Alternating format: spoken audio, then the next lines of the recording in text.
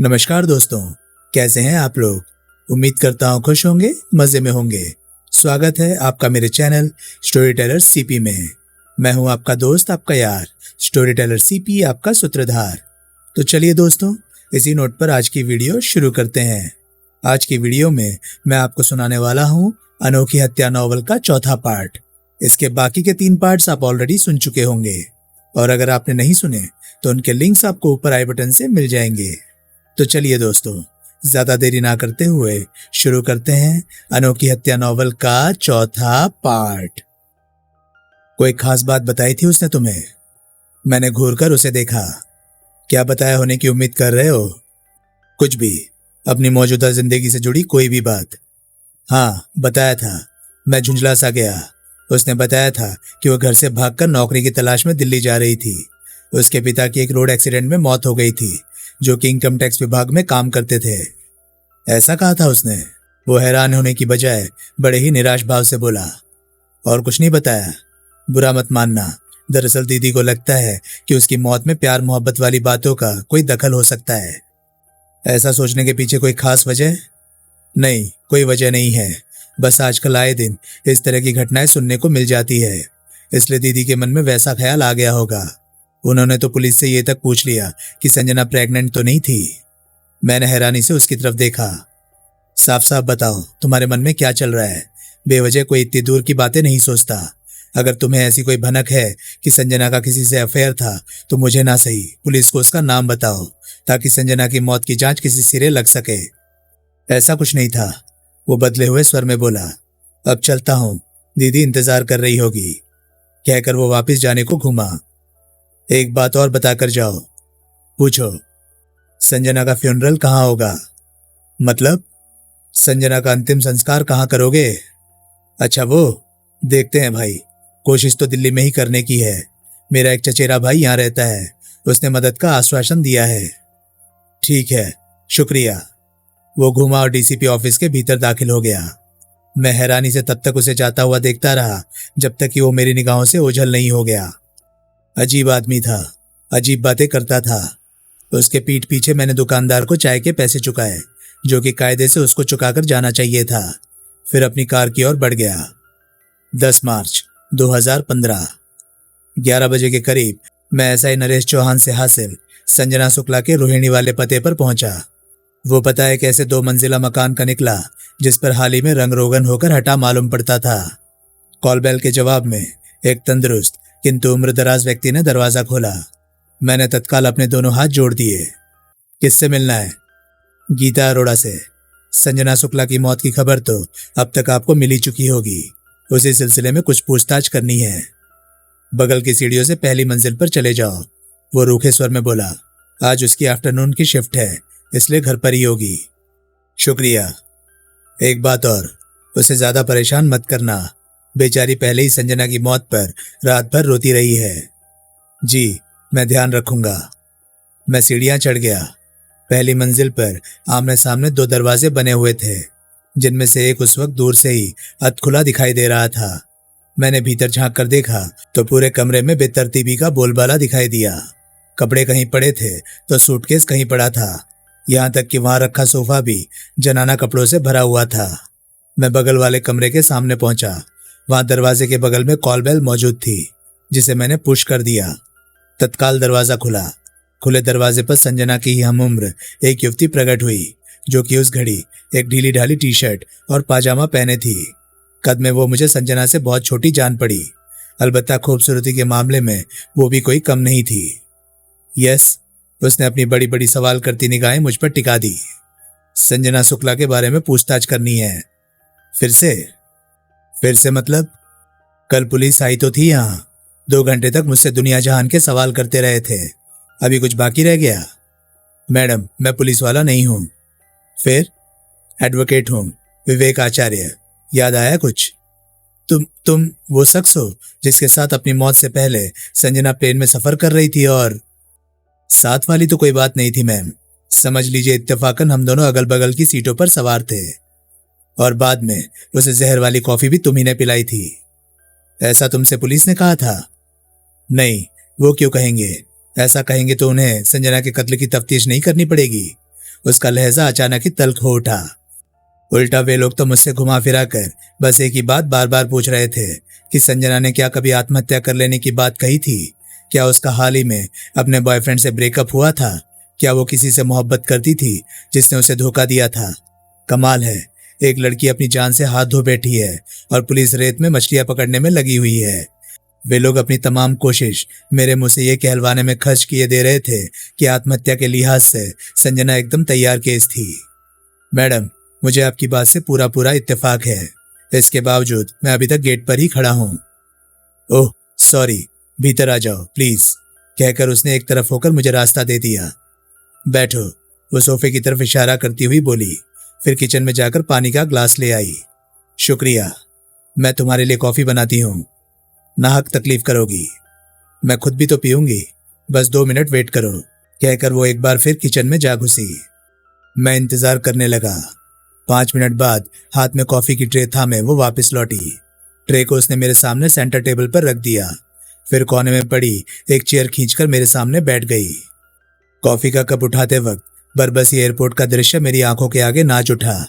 मेरा हाथ हौले से कांपा, बदन में झुरझुरी सी दौड़ गई। बड़ी मुश्किल से मैंने उधर से ध्यान हटाकर कप से एक बड़ी चुस्की ली। कॉफी बेशक उम्दा बनाई थी उसने। अब बोलो, क्या चाहते हो? सबसे पहले तो ये कहना चाहता हूँ कि मुझे तुम्हारी इस बात से पूरा पूरा इत्तेफाक है कि संजना ने आत्महत्या नहीं की हो सकती, मगर मैं इस बात का भी जामीन हूँ कि पुलिस ने इस मामले में कोई लापरवाही नहीं बरती है। उन्होंने हर मुमकिन कोशिश की है जानने की कि लड़की के पेट में जहर कैसे पहुंचा, मगर अफसोस कि इस बात का कोई जवाब अभी तक उन्हें हासिल नहीं हो पाया है। संजना की मौत के आगे पीछे के तमाम दृश्य एयरपोर्ट के सीसीटीवी कैमराज में कैद है। वो रिकॉर्डिंग पुलिस के साथ साथ खुद मैंने भी देखी थी। कहीं कुछ भी घटित हुआ नहीं दिखाई दिया था। ना तो वो खुद कुछ खाती दिखाई दी थी, ना ही उस दौरान कोई उसके आसपास फटका। कुछ दिखाई दिया तो बस इतना कि कॉफी के 2 घूंट भरते ही वो तड़प कर अपनी जान से हाथ धो बैठी थी, मगर जांच में उसे भी निर्दोष पाया गया। कॉफी में जहर नहीं था। कमाल है।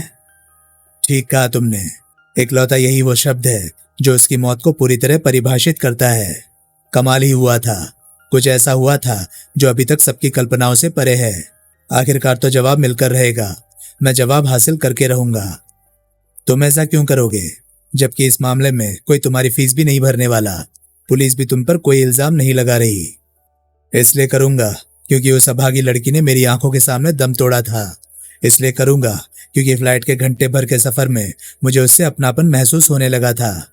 मुझे हरगिज ये मंजूर नहीं कि उसका कातिल महज इसलिए सजा पाने से बच जाए क्योंकि उसने कत्ल के लिए एक ऐसा नायाब तरीका चुना था जो हर किसी की समझ से परे था। और तुम समझते हो कि उस तरीके को तुम खोज निकालोगे? कोशिश तो कर ही सकता हूं, कर रहा हूं। नहीं ढूंढ पाओगे। क्यों? मैं हक पकाकर उसकी शक्ल देखने लगा। मेरा मतलब है, जब पुलिस इस मामले में कुछ नहीं कर पा रही है तो तुम क्या कर लोगे, जबकि उन्हें ऐसी बातों को सूंघने की, पहचानने की ट्रेनिंग मिली होती है। देखेंगे। बहरहाल कोशिश तो मैं पूरी करूंगा। क्या पता उसे कोई जहर बुझी सुई चुभा दी गई हो, उसने संभावना व्यक्त की। अगर ऐसा हुआ होता तो सीसीटीवी में उसका कातिल ऐसा करता दिखाई दिया होता। और मान लो ऐसी कोई बेहद महीन, बेहद छोटी सुई पहले से उस चेयर पर मौजूद रही हो जिसके ऊपर संजना अनजाने में ही जाकर बैठ गई हो। मैंने हैरानी से उसकी ओर देखा। वो एक नई संभावना थी, मगर अफसोस कि इस केस में लागू नहीं होती थी। ऐसा हुआ होता तो पोस्टमार्टम रिपोर्ट से ये बात सामने आ गई होती कि जहर किसी सुई के जरिए उसके जिस्म तक पहुंचा था। ओह, मुझे पता चला है कि संजना तुम्हारे साथ ही जॉब करती थी। कंपनी एक ही है मगर डिपार्टमेंट अलग थे।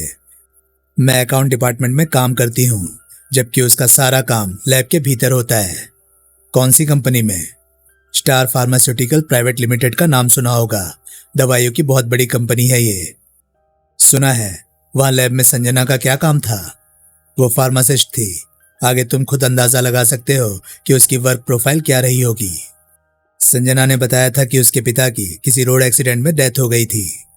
ठीक बताया था। 2 साल गुजर चुके हैं उस हादसे को। दुर्घटना वाले रोज अंकल मोटरसाइकिल पर कहीं जा रहे थे, तभी पीछे से तेज गति से आते एक ट्रक ने उन्हें रौंद डाला था। ऑन द स्पॉट उनकी डेथ हो गई थी। इनकम टैक्स विभाग में थे ना वो? नहीं, अंकल खेतीबाड़ी का काम करते थे। उसकी बात सुनकर मैंने अपना सिर थाम लिया। क्या लड़की थी संजना शुक्ला। नाम को छोड़कर हर बात में झूठ बोल गई थी। संजना बहुत ही गरीबी में पल बढ़कर बड़ी हुई थी। बच्चों को कोचिंग देकर होने वाली आमदनी के जरिए उसने अपनी पढ़ाई पूरी की थी और आज जब उसके पास अच्छी जॉब थी, अच्छी सैलरी थी तो उसका गला भर आया। आगे के शब्द सिसकियों में बदल गए। कुछ क्षण तक सिसकने और आंसू पोंछने के बाद आखिरकार वो खुद ब खुद शांत हो गई। उसकी मौत के बारे में क्या कहती हो? अगर उसका कत्ल किया गया है तो किसने किया हो सकता है, या यही सुझा सको कि उसके कत्ल की वजह क्या रही हो सकती है? मेरी तो समझ में कुछ नहीं आ रहा। वो अपने काम से काम रखने वाली लड़की थी। ऑफिस से घर और घर से ऑफिस, बस यही उसकी दिनचर्या थी। कभी कभार होली दिवाली में वो मेरे बहुत मनोहार करने पर मेरे साथ मूवी देखने चली जाती थी, वरना तो उसका बाकी का समय यहाँ टीवी देखते या किताबें पढ़ते हुए ही गुजरता था। किस तरह की किताबें? अधिकतर तो वो मेडिकल लाइन की किताबें ही पढ़ा करती थी, मगर अंग्रेजी के सस्पेंस नॉवल भी उसे खूब भाते थे, जिनमें अगाथा क्रिस्टी उसकी पसंदीदा ऑथर थी।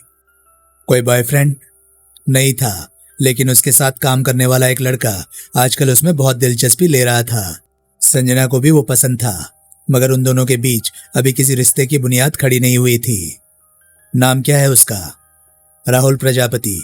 वो भी वाराणसी के ही किसी गांव का रहने वाला है और स्टार फार्मा में संजना की ही तरह बतौर फार्मासिस्ट जॉब करता है। उसका कोई करंट नंबर है तुम्हारे पास? नहीं, मगर संजना की डायरी में हो सकता है। रुको, मैं लेकर आती हूँ, कहकर वो उठ खड़ी हुई। खड़ी होकर दोबारा बैठ गई। सॉरी, वो डायरी तो संजना के बाकी सामानों के साथ ही पैक करके मैंने उसकी माँ को सौंप दिया था। फिर कैसे बात बनेगी? मेरी ड्यूटी आफ्टरनून की शिफ्ट में है। 2 बजे ऑफिस पहुंचूंगी, फिर तुम्हें फोन करके बता दूंगी। शुक्रिया, मैं कॉफी का आखिरी घूंट भरकर बोला। संजना के मामा ने बताया कि वो शनिवार को फ्लाइट से वाराणसी पहुंची थी और लड़की का सिर पहले से इंकार में हिलने लगा। क्या हुआ? शनिवार को जरूर पहुंची होगी, मगर वो फ्लाइट से नहीं गई थी। एक रोज पहले शुक्रवार की रात मैं खुद उसे रेलवे स्टेशन छोड़कर आई थी। स्वतंत्रता एक्सप्रेस में उसका ऑनलाइन टिकट भी मैंने खुद बुक किया था, जो कि नई दिल्ली से 8:40 पर रवाना होती है। तो फिर उसके मामा चंद्र प्रकाश ने मुझसे झूठ क्यों कहा? उन्होंने झूठ नहीं बोला होगा, कोई वजह भी नहीं है ऐसा करने की। बात दरअसल ये है कि वो हमेशा फ्लाइट से ही आती जाती थी, मगर इस बार फ्लाइट की टिकट 10,000 से भी ऊपर पहुंच रही थी, इसलिए उसने अपना इरादा बदल दिया था। ऐसे में अगर उसके मामा ने यह समझ लिया हो कि वो इस बार भी फ्लाइट से ही आई थी तो क्या बड़ी बात है। हो तो सकता है ऐसा। तो संजना का शेड्यूल ये था कि शुक्रवार को दिल्ली से रवाना होकर सोमवार को वापस दिल्ली लौट आती। हाँ, मगर जब वो सोमवार की कहकर गई, मंगल को भी वापस नहीं लौटी, तो मुझे फिक्र होने लगी। तब मैंने उसके मोबाइल पर कॉल करने की बहुत तेरी कोशिशें की, मगर हर बार उसका नंबर मुझे बंद ही मिला। लेकिन मंगलवार तो आज है। तुम्हारा ध्यान कहाँ है भाई? मैं पिछले मंगल की बात कर रही हूँ। क्या? मैं हैरान रह गया। तुम्हारा मतलब है वो पिछले शुक्रवार को वाराणसी के लिए रवाना हुई थी? यही मतलब है, लेकिन घर तो वो इसी शनिवार को पहुंची थी। ये कैसे हो सकता है? ये मैं नहीं कहता, उसका मामा कहता है। उसी के बताए मुझे मालूम हुआ है कि वो 7 मार्च को अपने घर पहुंची थी। कमाल है। अब सवाल ये उठता है कि 27 फरवरी को दिल्ली से ट्रेन में सवार हुई संजना 7 मार्च से पहले तक कहाँ थी? किसके साथ थी? किसके साथ थी? वो बड़बड़ाई। अरे मैं तुमसे पूछ रहा हूँ। वो तो मैं समझ रही हूँ, मगर मुझे मालूम हो तब तो जवाब दूं। मुझे तो अभी तक तुम्हारी इस बात पर यकीन नहीं आ रहा कि यहाँ से रवाना होने के बाद वो पूरे 1 सप्ताह बाद अपने घर पहुंची थी। पिछले शुक्रवार को उसकी रवानगी की बाबत तुम श्योर तो हो ना? हद करते हो यार, कहकर वो अपने मोबाइल में कुछ ढूंढने लगी। थोड़ी देर बाद उसने मोबाइल मेरे आगे रख दिया। ये उस ट्रेन की टिकट है जिस पर संजना ने वाराणसी तक का सफर तय करना था। मैंने टिकट देखा, वो 27 फरवरी की टिकट थी। उसके मुताबिक स्वतंत्रता एक्सप्रेस की B2 कोच में 32 नंबर की सीट संजना शुक्ला के नाम से रिजर्व थी। क्या पता इन मौके पर उसका इरादा बदल गया हो, या फिर वो पहले से ही कहीं और जाने का मन बनाए बैठी हो, मगर तुम्हें उस बारे में बताना ना चाहती हो। नहीं बताना चाहती थी तो मत बताती। 2000 की 2 टियर की टिकट बर्बाद करने की क्या जरूरत थी? वो मुझे बताकर जाती तो क्या मैं उसे रोक लेती? हो सकता है बात बताने लायक ना रही हो, क्या पता वो किसी लड़के के साथ। नामुमकिन। तुम ऐसा इसलिए कह रहे हो क्योंकि तुम संजना से वाकिफ नहीं थे। वो कुछ भी करने से पहले उसे पाप और पुण्य के तराजू पर तोलने वाली लड़की थी। मेरा जिस्म मेरे पति की अमानत वाली टाइप की लड़की थी संजना शुक्ला। कम से कम तुम्हारी इस आखिरी बात से तो मैं इत्तेफाक जाहिर नहीं कर सकता, क्योंकि 1.5 घंटे की हवाई यात्रा में वो एकदम आजाद ख्याल लड़की की तरह पेश आई थी मेरे साथ, ना कि तुम्हारे बताए ढंग से वो किसी बहन जी टाइप का बिहेव कर रही थी। वो बहन जी ही थी, इतनी हाई एजुकेटेड होकर भी वो वैसी ही थी। तुम मानो या ना मानो, वो बेहद संकोची स्वभाव की थी, निहायत धार्मिक प्रवृत्ति वाली लड़की थी, जो कि सुबह शाम भगवान के फोटो के आगे खड़े होकर हनुमान चालीसा और सुंदरकांड का पाठ किया करती थी। और तुम उसे मॉड बता रहे हो? मॉड लड़कियां क्या भगवान पर आस्था नहीं रखती? रखती है, मगर ओ गॉड, मैं तुम्हें कैसे समझाऊं? अगर तुम्हारी बात ठीक है तो इसका सिर्फ एक ही मतलब निकलता है कि वो खुद को बोल्ड साबित करने का दिखावा कर रही थी। हाँ, ये हो सकता है। कभी कभार जब वो पब्लिक में होती थी तो इस तरह का भूत उस पर सवार हो जाता था। वो अंदर से बुरी तरह हिली हुई होती थी और बाहर से यूं दर्शाने की कोशिश करती थी जैसे उससे ज्यादा बोल्ड कोई दूसरा हो ही नहीं सकता। यह अलग बात है कि जल्दी ही उसकी पोल खुल जाती थी। खैर, जो भी रहा हो, इस वक्त अहम सवाल यह है कि दिल्ली से वाराणसी के लिए ट्रेन पर पिछले शुक्रवार को सवार हुई तुम्हारी धार्मिक प्रवृत्ति वाली बहन जी टाइप सहेली ने पूरा एक सप्ताह कहाँ और किसके साथ गुजारा था? मुझे तो अभी भी यकीन नहीं आ रहा। उसे अगर कहीं और जाना था तो वो मुझे बताकर जाती, ना कि ये कहकर कि वो अपने गांव जा रही है। क्या पता यहाँ से सीधा वाराणसी ही गई हो, मगर वहां पहुंचकर अपने घर जाने की बजाय किसी रिश्तेदार के यहाँ चली गई हो। अगर उसने ऐसा किया था तो इस बात को छिपाकर रखने की क्या जरूरत थी? वो अपने घर वालों को साफ साफ बता सकती थी कि वो किसी रिश्तेदार के यहाँ रुककर वहां पहुंची थी। हो सकता है उसने अपनी माँ को इस बारे में बताया हो, मगर माँ ने अपने भाई से इस बात का जिक्र करना गैर जरूरी समझा हो। मेरी बात क्योंकि उसके मामा से हुई थी, इसलिए इस बारे में कोई दावा कर पाने की स्थिति में मैं नहीं हूँ। देखो, होने को कुछ भी हुआ हो सकता है, मगर कायदा तो ये बनता था कि पहले वो अपने घर जाती, फिर किसी रिश्तेदार के यहाँ जाना अगर जरूरी होता तो जाती। फिर तो मेरा अंदाजा ही सही है। जरूर वो किसी लड़के के साथ आउटिंग कर रही थी, जिसके बारे में उसने तुम्हें भी बताना जरूरी नहीं समझा था। इस बार उससे सीधा सीधा इनकार करते नहीं बन सका। क्या कोई ऐसा तरीका नहीं है जिससे ये पता चल सके कि संजना ने इस टिकट पर सफर किया था या नहीं? इस बारे में तो उस रोज ट्रेन में मौजूद टीटी का चार्ट देखकर ही जाना जा सकता है, बशर्ते कि वो कोई ईमानदार शख्स रहा हो। अब इसका क्या मतलब हुआ? टीटी के ईमानदार होने या ना होने से संजना के सफर का क्या ताल्लुक? वो क्या बिना टिकट सफर कर रही थी? वो बात नहीं है। दरअसल होता यह है कि टीटी को यह अधिकार होता है कि एक निश्चित दूरी तक पैसेंजर के ट्रेन में सवार न होने की स्थिति में उसका रिजर्वेशन खारिज करके वो सीट आरएसी या वेटिंग के पैसेंजर्स को अलॉट कर दे। मगर कुछ ऐसे खर दिमाग भी होते हैं जो पैसेंजर को गैर हाजिर दिखाने की बजाय सीट को ऑक्यूपाइड दिखाकर वो सीट किसी और को सौंप देते हैं और यूं हासिल हुआ पैसा अपनी जेब के हवाले कर देते हैं। ऐसे में अगर संजना ने उस ट्रेन में सफर ना भी किया हो तो टीटी के चार्ट में उसके नाम के आगे चेक मार्क लगा हुआ ही मिलेगा। और नहीं मिला तो इस बात की गारंटी हो जाएगी कि संजना ने उस रोज स्वतंत्रता एक्सप्रेस के B2 कोच में 32 नंबर की सीट पर सफर नहीं किया था। मालूम कर सकते हो इस बारे में? कोशिश कर सकता हूं, आगे खुदा की मर्जी। करना प्लीज, और जो भी नतीजा निकले मुझे जरूर बताना। इस काम में जो भी खर्चा आएगा वो मैं भरूंगी, प्रॉमिस। उसकी जरूरत नहीं पड़ेगी, मैं उठता हुआ बोला। फिलहाल तो मुझे इजाजत दो। मुझे वक्त देने के लिए और उम्दा कॉफी पिलाने के लिए बहुत बहुत शुक्रिया। वहां से निकलने से पूर्व मैंने अपना एक विजिटिंग कार्ड उसे थमा दिया, इस हिदायत के साथ कि अगर कोई खास बात उसे सूझ गई तो मुझे खबर करेगी। बाहर आकर मैं अपनी कार में सवार हो गया।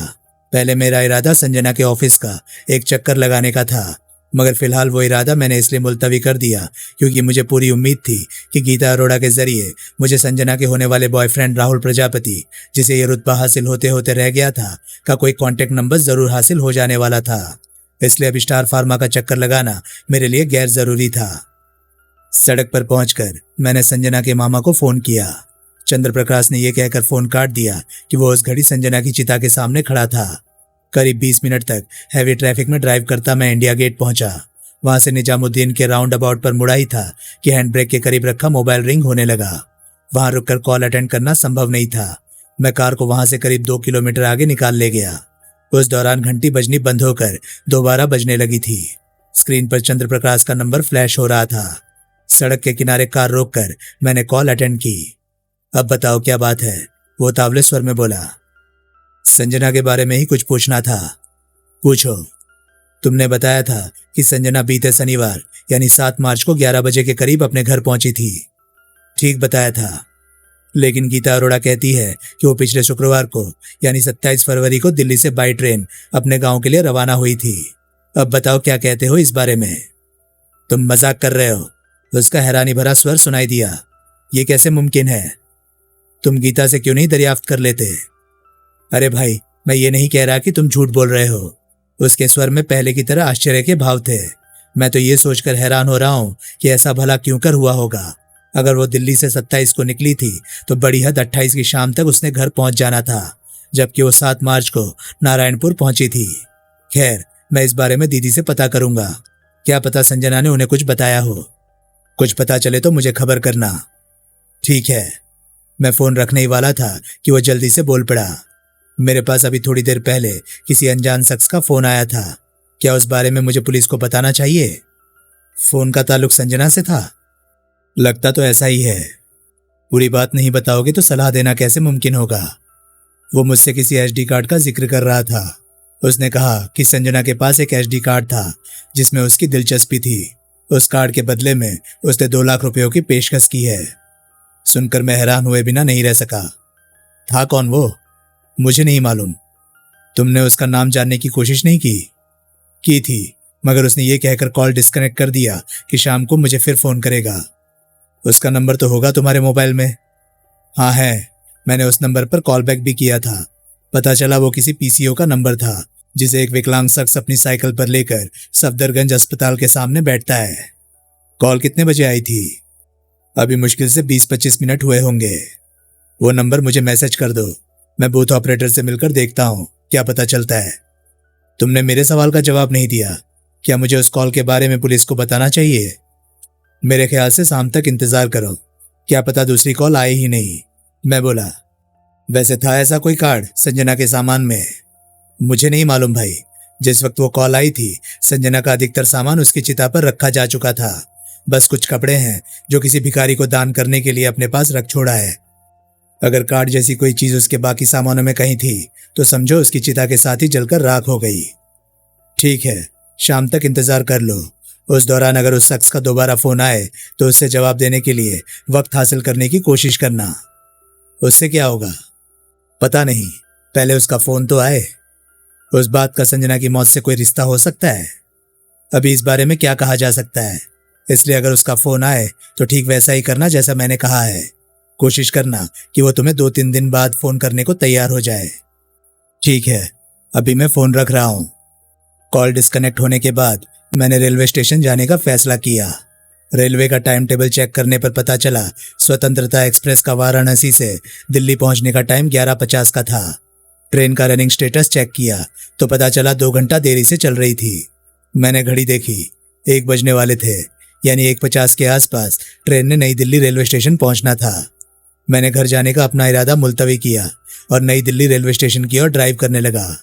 आधे घंटे बाद स्टेशन पहुंचकर मैंने अपनी कार को पार्किंग में खड़ा किया और प्लेटफॉर्म टिकट लेकर स्टेशन के भीतर दाखिल हो गया।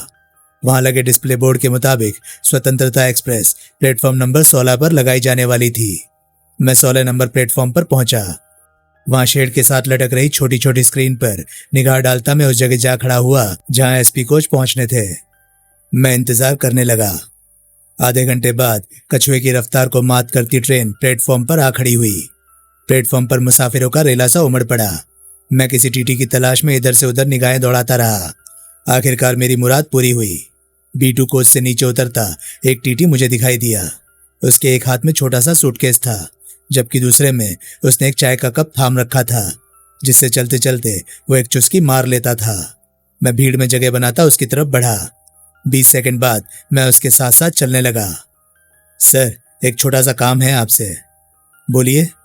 27 फरवरी की रात को इस ट्रेन में आपकी ड्यूटी थी। क्यों जानना चाहते हो? जानकारी का ताल्लुक एक गुमशुदा लड़की से है जिसे मैं तलाशने की कोशिश कर रहा हूं। पीडीओ? जी नहीं, एडवोकेट हूं, विवेक आचार्य। पटियाला हाउस कोर्ट में प्रैक्टिस करता हूं। उसने लंबी हुंकार भरी। ऑफिस में बैठकर बात करते हैं। I have no problem sir. उसके साथ चलता मैं एक बड़े हॉल जैसे कमरे में पहुंचा जहां उसके कई हमपेशा भाई पहले से ही बैठे गप्पे हाँकने में मशगूल थे। बैठो। वो खुद भी एक कुर्सी पर बैठता हुआ बोला। अब बताओ, मुझसे क्या चाहते हो? मेरे हाथ एक ऐसी टिकट लगी है जिसके अनुसार 27 फरवरी को उस लड़की का स्वतंत्रता एक्सप्रेस के B2 कोच में रिजर्वेशन था। टिकट के मुताबिक उसे 32 नंबर की साइड लोअर सीट मिली थी।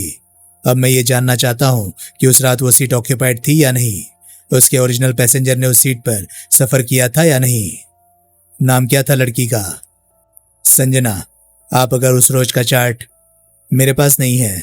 वो मेरी बात काट कर बोला। सर प्लीज, किसी की जिंदगी और मौत का सवाल है। हो सकता है कि चार्ट आपके पास ना हो, मगर कोई तो रास्ता होगा इस जानकारी को हासिल करने का। RTI लगा दो। सर, आप तो निराश कर रहे हैं। भला ये भी कोई ऐसा सिगरेट है जो छिपा कर रखना जरूरी है? कह दिया ना, मेरे पास नहीं है। मैं बहुत समझदार आदमी हूँ जनाब। समझदारी भरे काम को पूरी समझदारी के साथ करना जानता हूँ। नुकसान में नहीं रहेंगे। समझदारी दिखाई तो नहीं दी मुझे। यहीं दिखाऊं? मैं तनिक रूखे लहजे में बोला, जिस पर शायद ही उसने कोई नोटिस लिया हो। बाहर एक चाय वाला है। अदरक इलायची डालकर इतनी बढ़िया चाय बनाता है कि शरीर में ताजगी आ जाती है। वहां चलकर एक एक चाय पीते हैं। अपेक्षाकृत उसके स्वर में नरमी थी।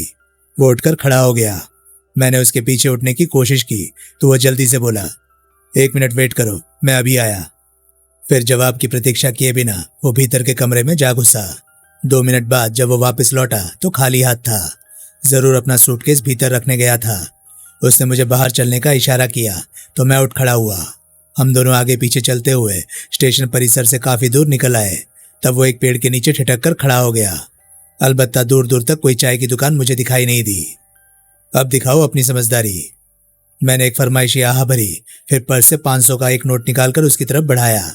उसने नोट छूने तक की कोशिश नहीं की। मजबूरन मुझे एक और नोट निकालना पड़ा।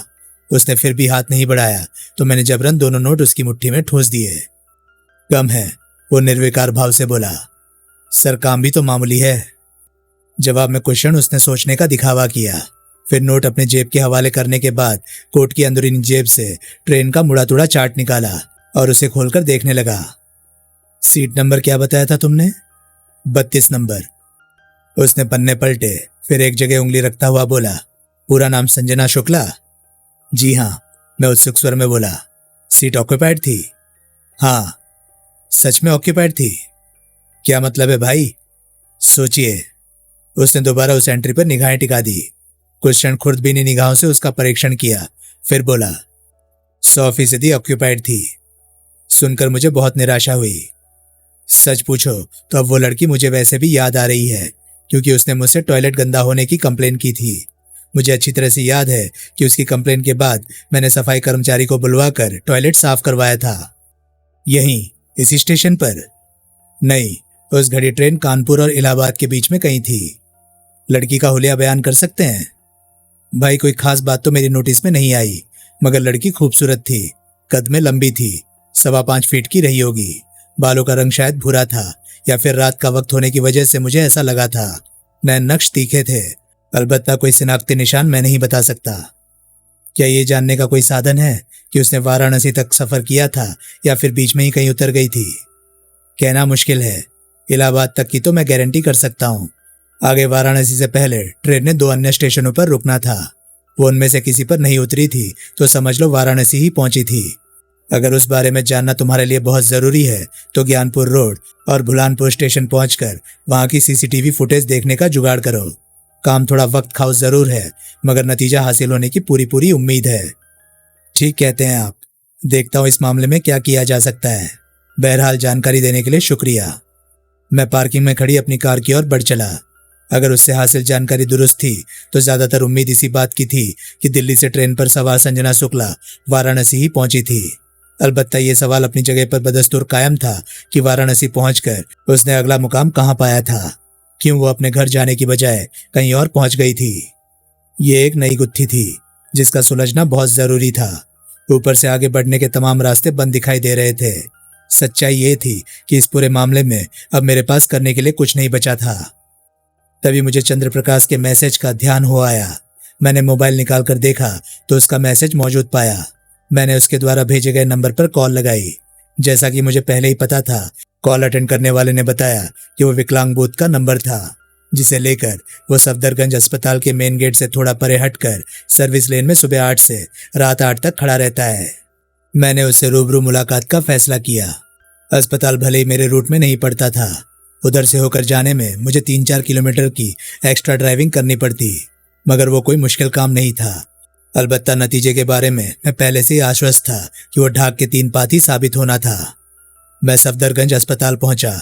वहां पहुंचकर वो पीसीओ तलाश कर लेना निहायत मामूली काम साबित हुआ। वो 3 पहियों वाली विकलांग साइकिल थी, जिस पर उस घड़ी एक पैर से लाचार 20-22 साल का युवक बैठा हुआ था।